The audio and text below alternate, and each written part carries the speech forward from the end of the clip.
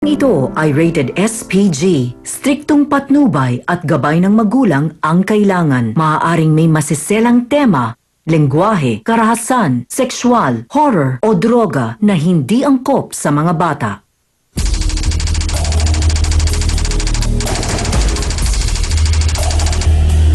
Lalaking hindi mapakali, palipat-lipat ng pugad sa babae man o sa Becky! Sobra na pong nanggagamit ng mga babae na kung sino-sino, pati sa bakla. Kasal kaming dalawa. Nangako siya sa akin na titigilan niya na.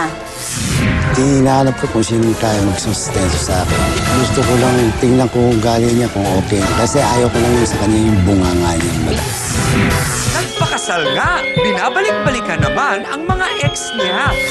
Romantiko siya, caring siya sa akin kahit ganito na edad ko.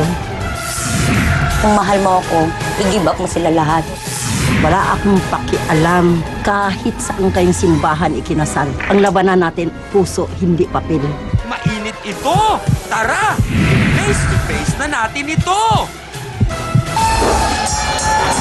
Sausawero, Sausawera! Let's get ready for Sausawa!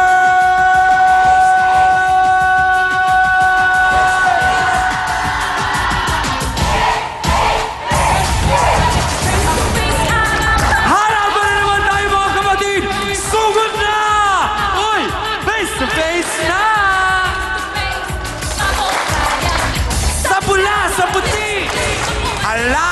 Sana nga sila'y magbate! Wala na sanang labanan! Usapang maayos na lamang! Kaya't samahan nyo kami! Isang oras tayo dito! Tara na!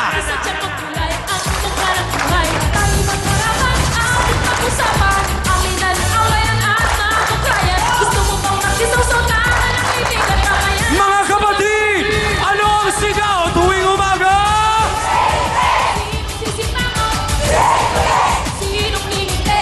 Face to face! Huwag mong talikuran! Harapin mo! Face to face! Hey! At ngayon, heto na ang First Lady ng nag-isang Barangay Hall on Air, ang pambansang kapitana, Chang Ami Perez! Kamusta? Kamusta mga kapatid? Naku, sana po ay okay kayo. Good morning sa lahat. Aba, eto na. Nagpakasal nga raw ang isang babae sa inaakala niyang man of her dreams. Pero wala pa silang isang taong kasal. Abay, puro na siya sakit ng ulo. Oh no, dahil nga daw itong si lalaki, may babae na. Aha! May Becky pang nahuli sa akto? Oh no, oh why? What's the problem of this guy kaya? Naku naman, Hans. Kaya naman ang mga sausawero natin, abay, kaya nila ito? Naku, Chang, ngayon pa lang, mukhang naiintriga na ang mga kapatid ko dito sa tabi. Hindi ba mga kasawsawan? Oh, B1 at B2, be alert to you. At para tulungan pa rin ang ating mga bisita sa kanilang idinulog na problema, kasama pa rin natin ang tatlong ito. Aba, si Attorney Ben Acosta, Dr. Camille Garcia, Father Sunny Merida, ang ating pong mahal na trio Tagapayo. Kaya naman Pilipinas at TV5 International. Oy, what are we waiting for? Let's make it a come on. Face to face na.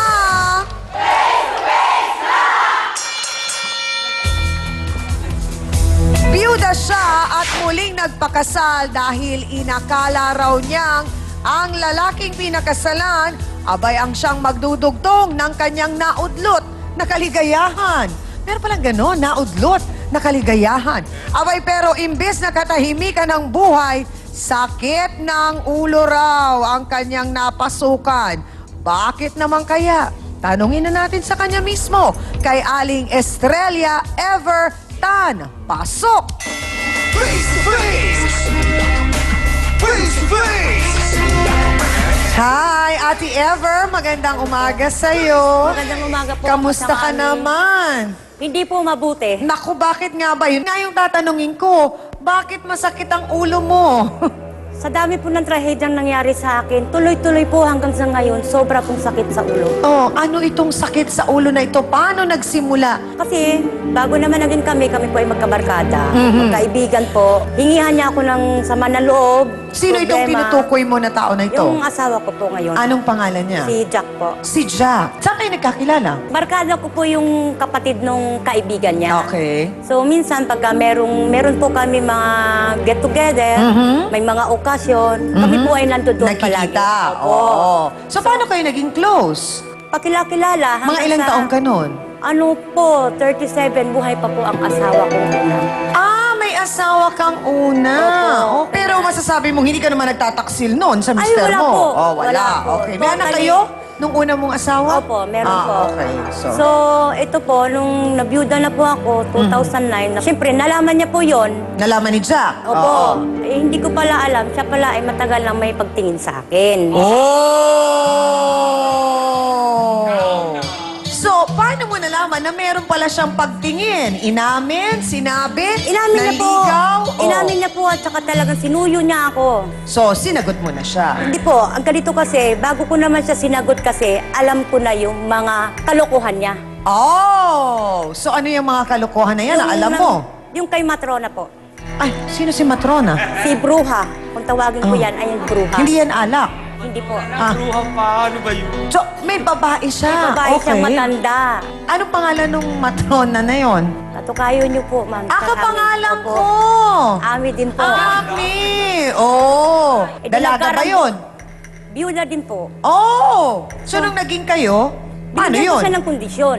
Aha. Ang sabi ko sa kanya, sasagutin kita kung ititigil mo yang kalokohan mo. Oh, okay. Tinigil ba? Yun po ang pagkasabi niya sa akin, tinigil niya. Oo. Wala na silang communication. So, nagpakasal na kayo? Hindi pa po yun. Oh, ang tagal. May Oh. nangyari pa po dyan. Anong nangyari? One time, niyaya niya ako. Sabi niya, pasyalan lang natin yung bahay ng kaibigan ko. Oo. Hindi ko pala alam, yung bahay na sinamahan, na pinagdala niya sa akin, ay bahay ni Matrona. Bahay ni Ami!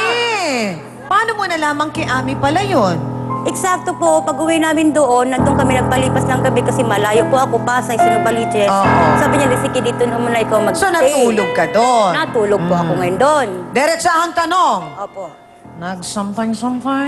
Mahirap po magpaipok kita, mami. Aha. Natural yon, kasama Okay. yon, di po ba? Pero dumating si Bruja, wala na, tapos na. Natutulog na kami. So po, So, ganun po, eksaktong dumating naman si Ami. galing pong probinsya. So ngayon, ang nangyari, hindi ko akalain nung ganun nangyari, nagkalabo-labo na kami doon. So, matapos ang pangyayaring yan, nagpakasal pa rin kayo ni Jack?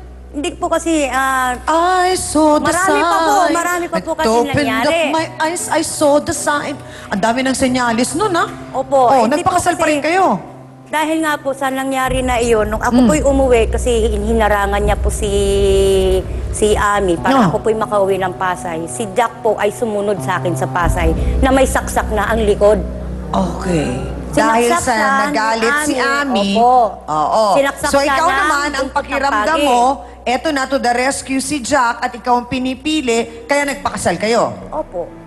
So wala na, hindi na bumalik yung Ami sa picture. Wala na. Aha. Ito naman ang nangyari, nung kami naman po ay galing ng Pasay at lumipat kami ng Quezon Ave, Aha. si bakla naman na nakita kong nahuli ko nasa bahay. Ano? Opo. So may Becky din. Aha. Yung Becky niya na yun na yung una niyang karelasyon bago itong Matrona. Nalaman mo na lang ito nung nakasal na kayo. Opo, doon lang po din niya sinabi sa akin at doon lang din kami nagkamit nung nahuli ko siyang nandoon sa bahay namin. So ang tanong ngayon, alam ba nung Ami na bago siya may Becky pa? Opo, alam niya po kasi si Ami at saka yung Becky magkaibigan. Oh! Ipinakilala ni Bakla. bakit sinasabi niyang siya ang naunang girlfriend ni Jack? Marami na siyang puhunan daw sa lalaki kaya kailangan niya itong mabawi. Ano kaya yung puhunan na yun? Abay, tinanong na nga natin sa Siya kanya. po ang nangagaw doon Si sa Bakla. Antonia Ami Cacho, pasok!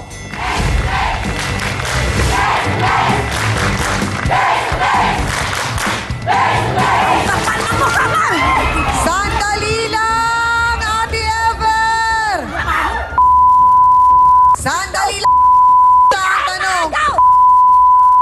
lang po.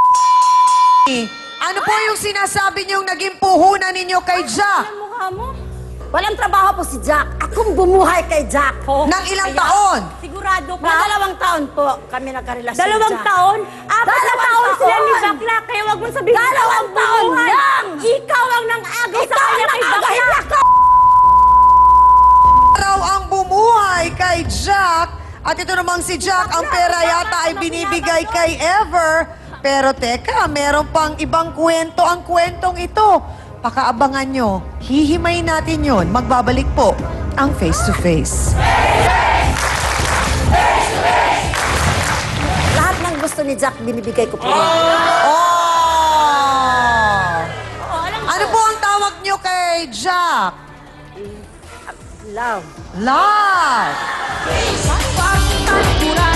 Harapin mo, face to face. Don't go away, magbabalik ang Face to Face dito sa